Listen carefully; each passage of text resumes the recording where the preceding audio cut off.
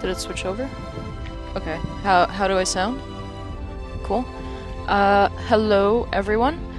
So we're going to be working on a pretty short campaign. I'm sorry, I know I'm like pure white right now because there's like sunlight beaming from outside. I can't really do anything about it without completely taking out the video, so I'll try to work around it.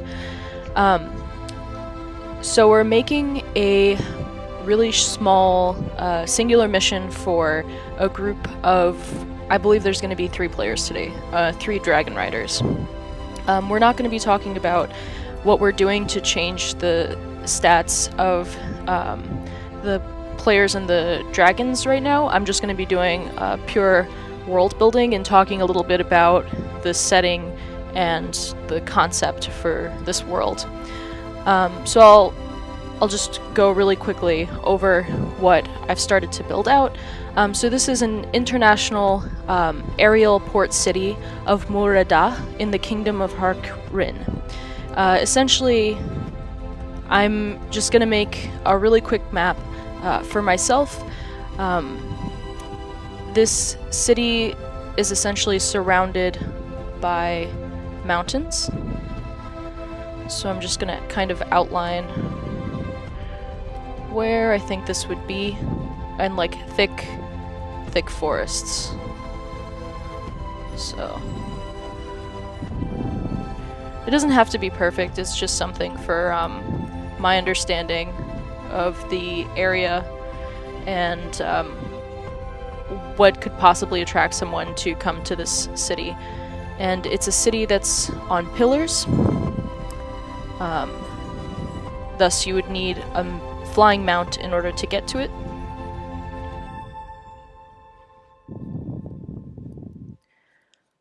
So just something pretty simple.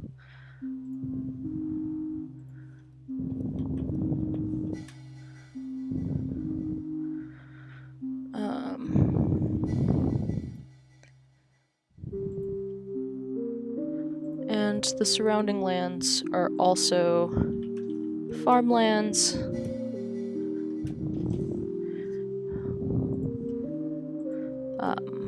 Let's do something like that. And it's pretty common to see like long stretches of land just for your mounted creatures to make an easier descent. So I'm just going to add a couple of these in here. Okay.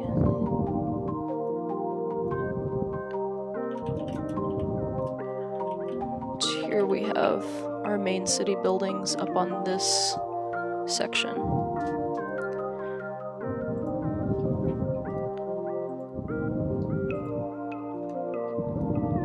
So what's going to be unique about this in particular is that I'm going to have to make a mission that is specific for flying creatures and something that would make sense. So something that would make sense and would be fun to do with a dragon, to fight a creature on dragon back as opposed to on foot. So what we could do is focus specifically on flying creatures. This mini session is going to focus on harpies in particular. Harpies that have started to move in the surrounding areas, surrounding farmlands, and have started to mess with some of the local farmers.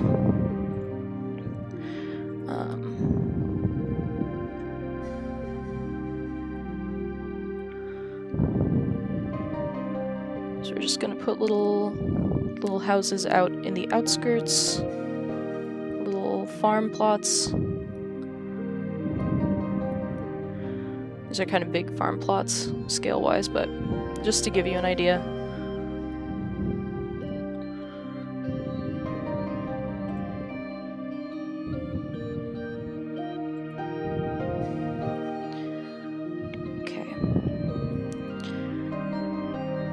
And this city is going to be accessible if you go over the mountain or if you come from the south, which is just going to lead to an ocean. I'm just going to give a hint of the landmass. Okay. So let's go back to our story. So, only skilled dragon riders, or those granted access to its teleportation circles, can get there via local mages. Those born in the vicinity of this holy city of Muireda are blessed with the ability to understand dragonkin and join them in the skies. So, after years of the effects of this great silver dragon, Gaal's effect on the land, lawful dragons who have pilgrimed to its walls slowly over thousands of years became a bit more diminutive in size and grew affectionate for a life lived without the lust of wealth or desire for power. And the creatures who have grown in its vicinity have also grown in compassion. Within the holy city, it's said that it was constructed during the lifetime of the silver dragon, built purely out of marble and inlaid with jewels and lined with enchantments, protective enchantments written in gold. Over time, it's worn a little bit, but the impressive thing about the city is that none of its citizens have even dared to take any of the jewels out of its structure for themselves. And a matriarchy presides over the affairs of everyday folks. It's a matriarchy of dragons, but also of other species of creatures. Shared matriarchy. Another thing about this place is that there are no statues, but every door, wall, and ceiling is intricately carved with reliefs about the other planes, other continents, interdispersed with images of demise and dead and plant growth taking over the carcass. So it is a warning for its citizens. No one owns property in the city. No home is permanent there. People sort of switch in and out of homes as the city grows, as the city sees the need for that. So we're going to talk about some of the people that you're going to meet there. You're probably going to meet someone who trains dragon riders. You will most likely meet merchants that specialize in writing equipment. You're most likely going to meet food vendors that serve all scales of edible food. So we're talking like not just small portions for people, but also maybe like whole cows or something like that for dragons.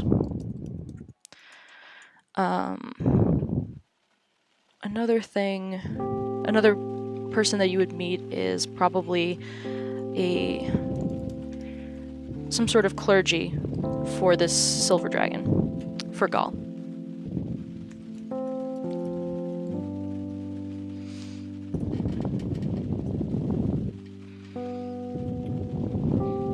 So our mission is going to be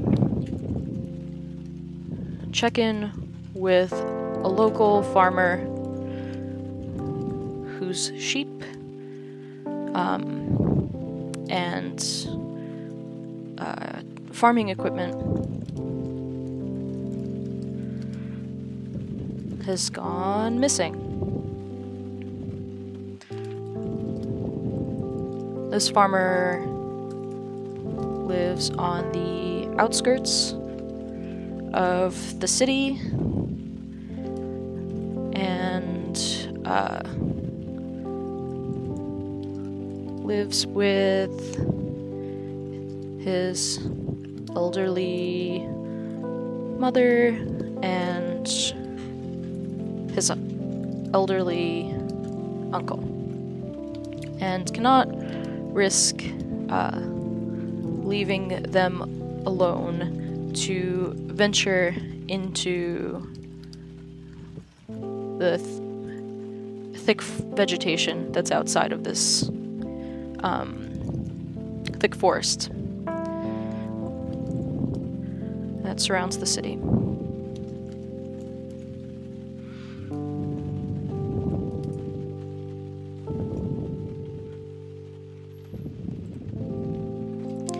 And most likely this mission will be granted by a superior officer, so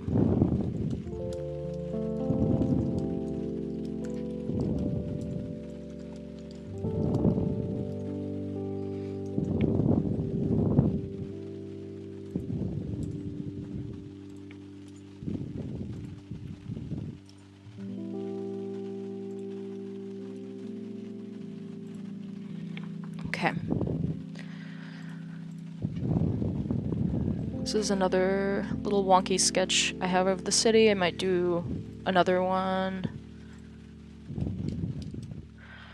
just to figure out where everything is laid out in the city. So kind of like this triangular feel to it. So I'm gonna do something like that. Just a top-down view of what you would see.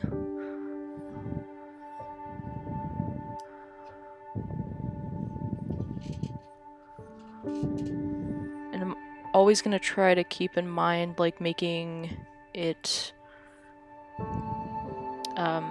accessible via a runway for the flying creatures. So maybe something like this.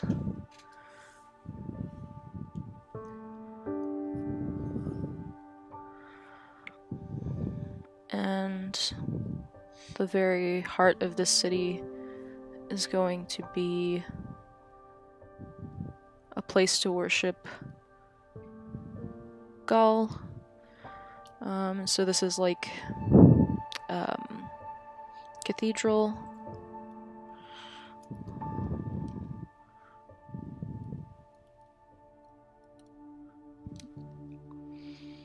Let's do some defenses here.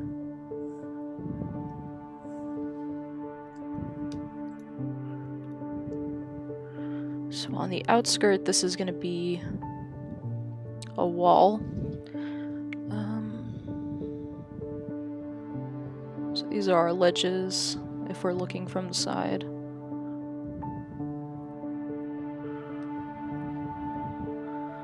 And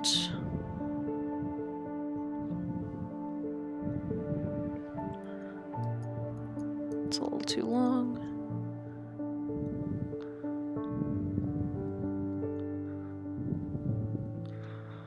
Let's give this an arc.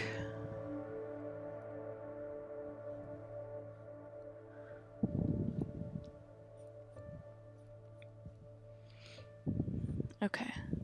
Looks a little bit like a bridge. Okay, so it's gonna have some places where dragon riders are placed to overlook the city.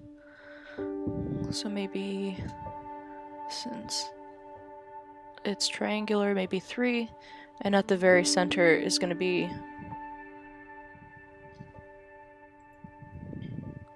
this church to Gaul, towering over everything else.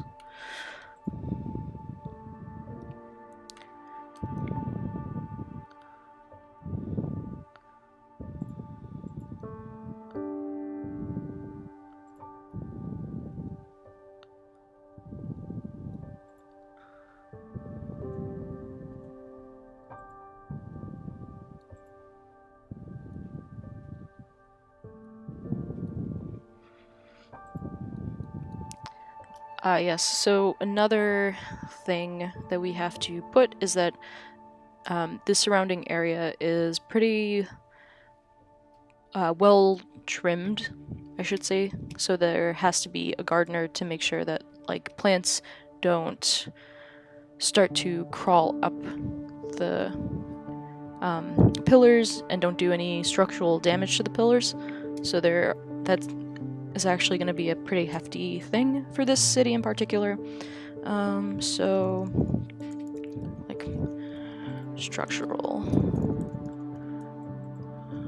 gardeners.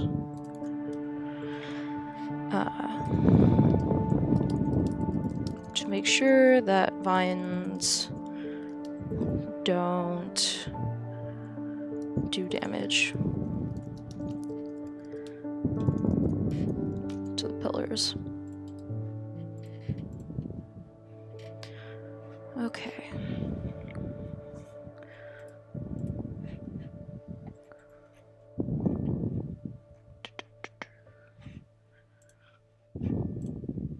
Yeah, so let's keep building out this city.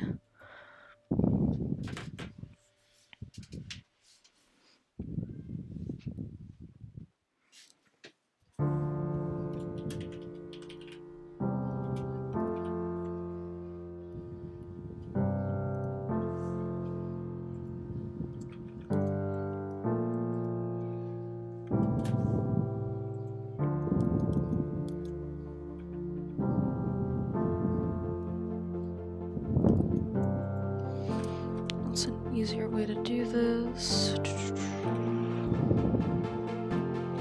That's fine. Just to mark off the wall.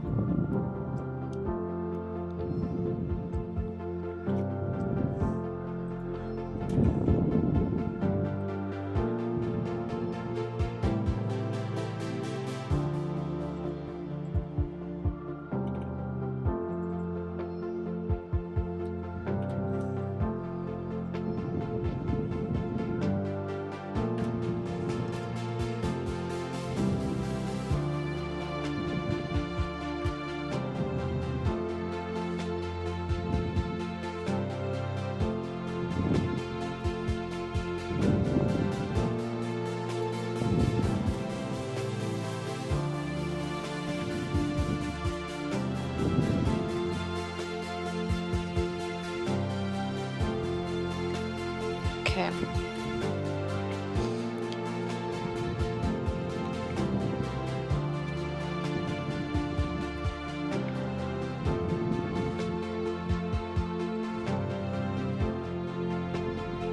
So in the corners are going to be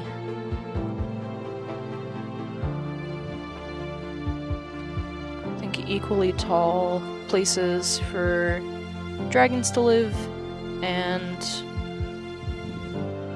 it's gonna be something like that, where they can fly in to their little section and hang out.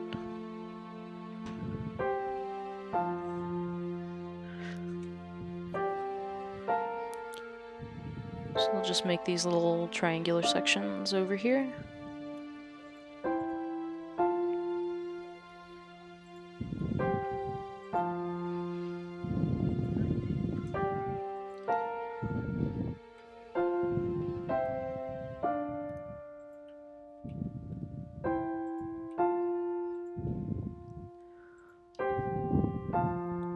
We're gonna have a library.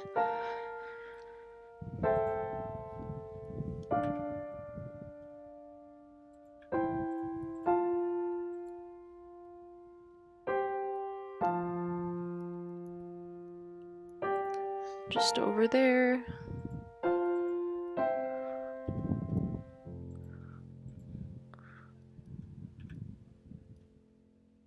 I'm gonna dot this with little merchant shops that open during the day and close at night. And on the outskirts of all of these should be teleportation circles.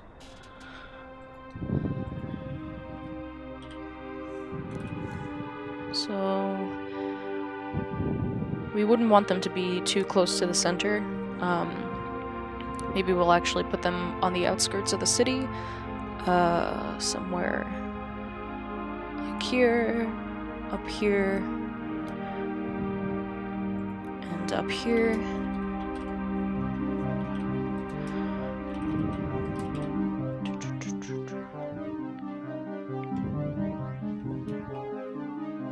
Okay.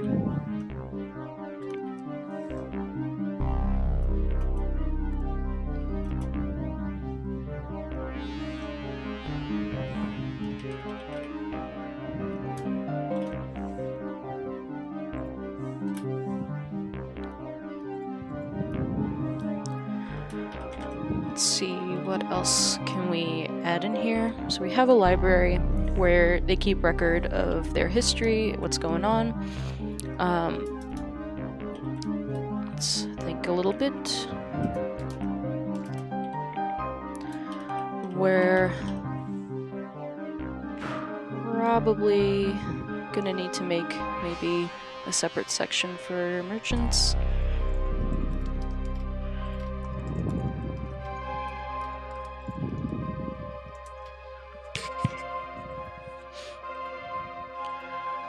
Because we have like places where people can land, maybe we need like someone to telepathically like tell you you're good to come in, so maybe we need mages for that. So this could be a booming city for magic.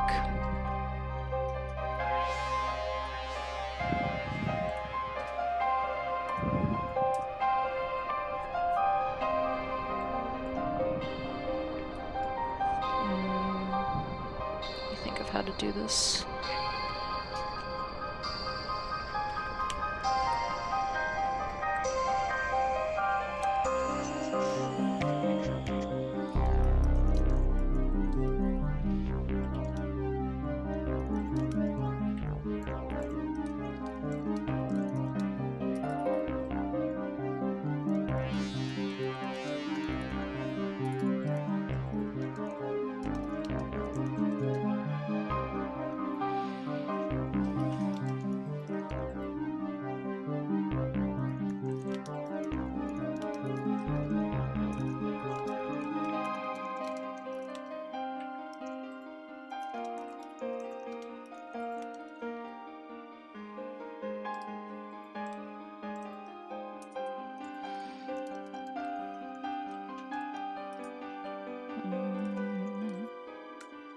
Basic for potions, armor, probably secondhand equipment from older riders.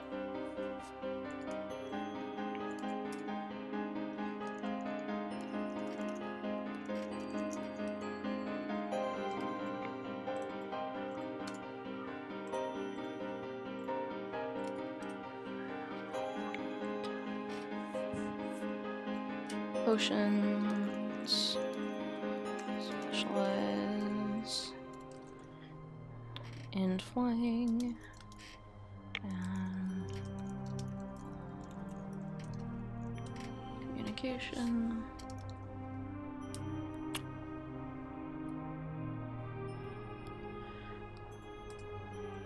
Armor.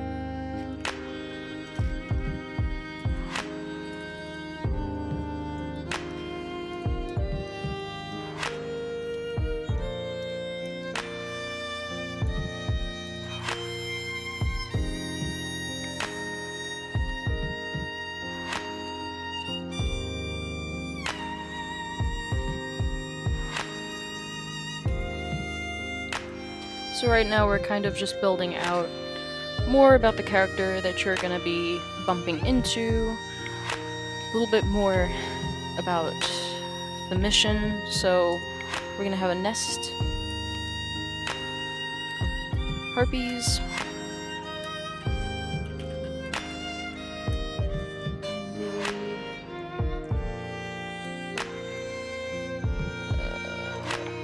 Adjacent. No, not herpes. Nest of herpes. And the adjacent forest, mountains. This is generally seen as an imbalance in the surrounding nature, and will require a team to check on what's going on, and then mages, druids step in to figure out what's happening to the land. Sometimes it's not nefarious, but other times a influx of pretty creatures. Worse things to come.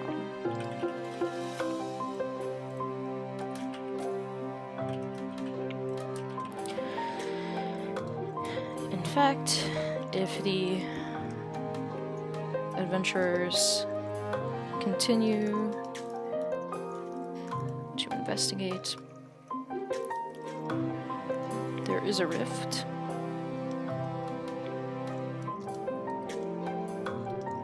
that has allowed the harpies to travel from another side of the world.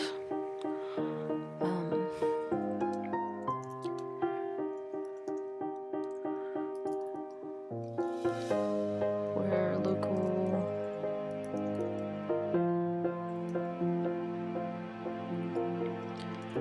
local druid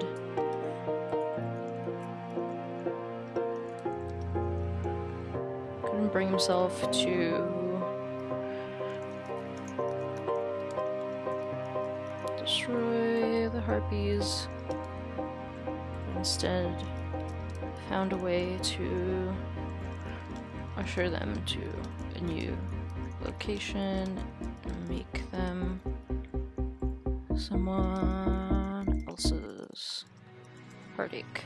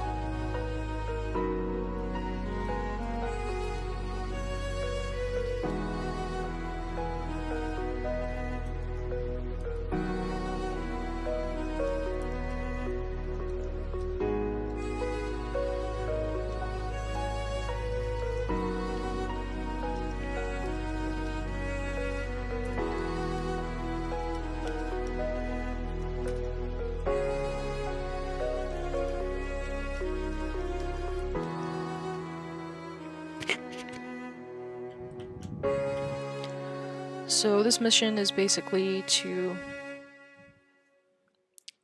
assess that the local harpies are not from this area, and the fact that like they have to be basically relocated and found a new home because they're destroying the native species of harpies.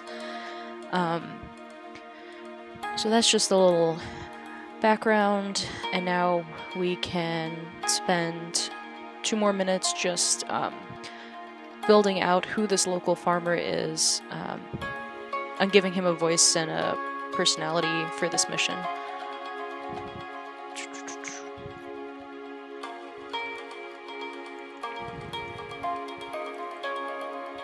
So the local farmer's name is going to be Everett. Everett.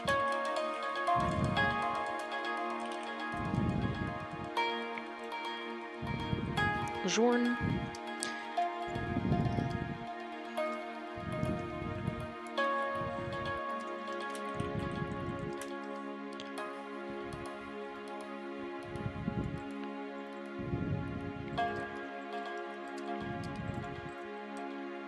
Worshipper of a different dragon, and for this reason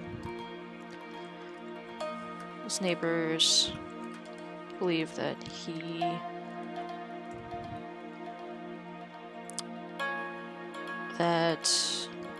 his beliefs are the source of his misfortune.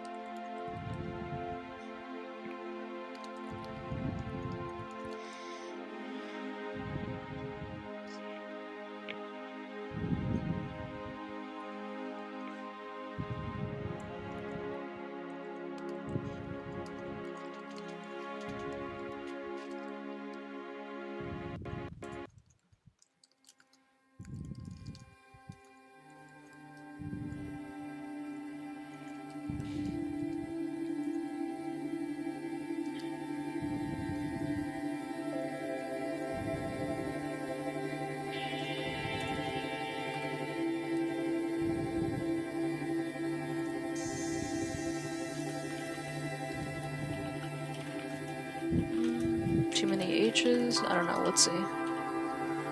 Harkin... yeah, it's a little too confusing.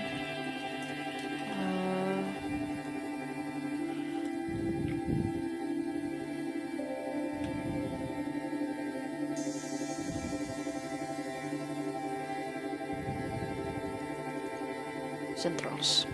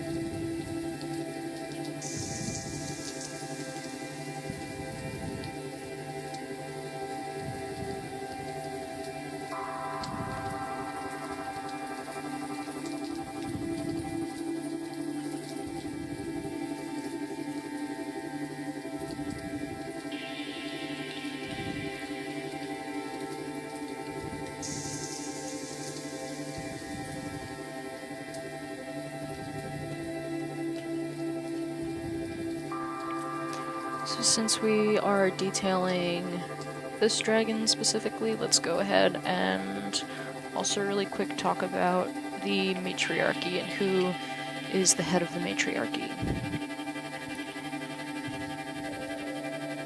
And what do worshippers of Gaul actually worship? I would think clerics. Let's see. Okay, so Gaul.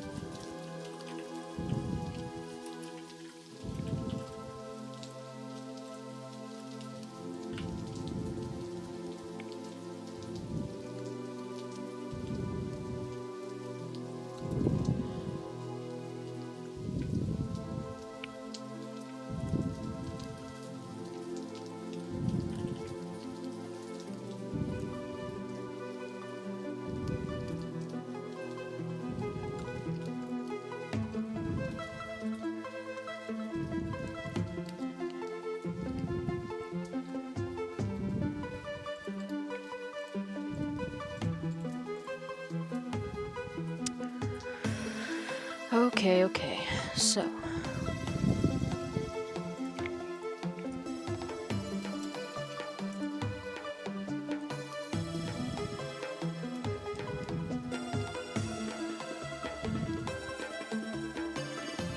He's down to his last 3 sheep.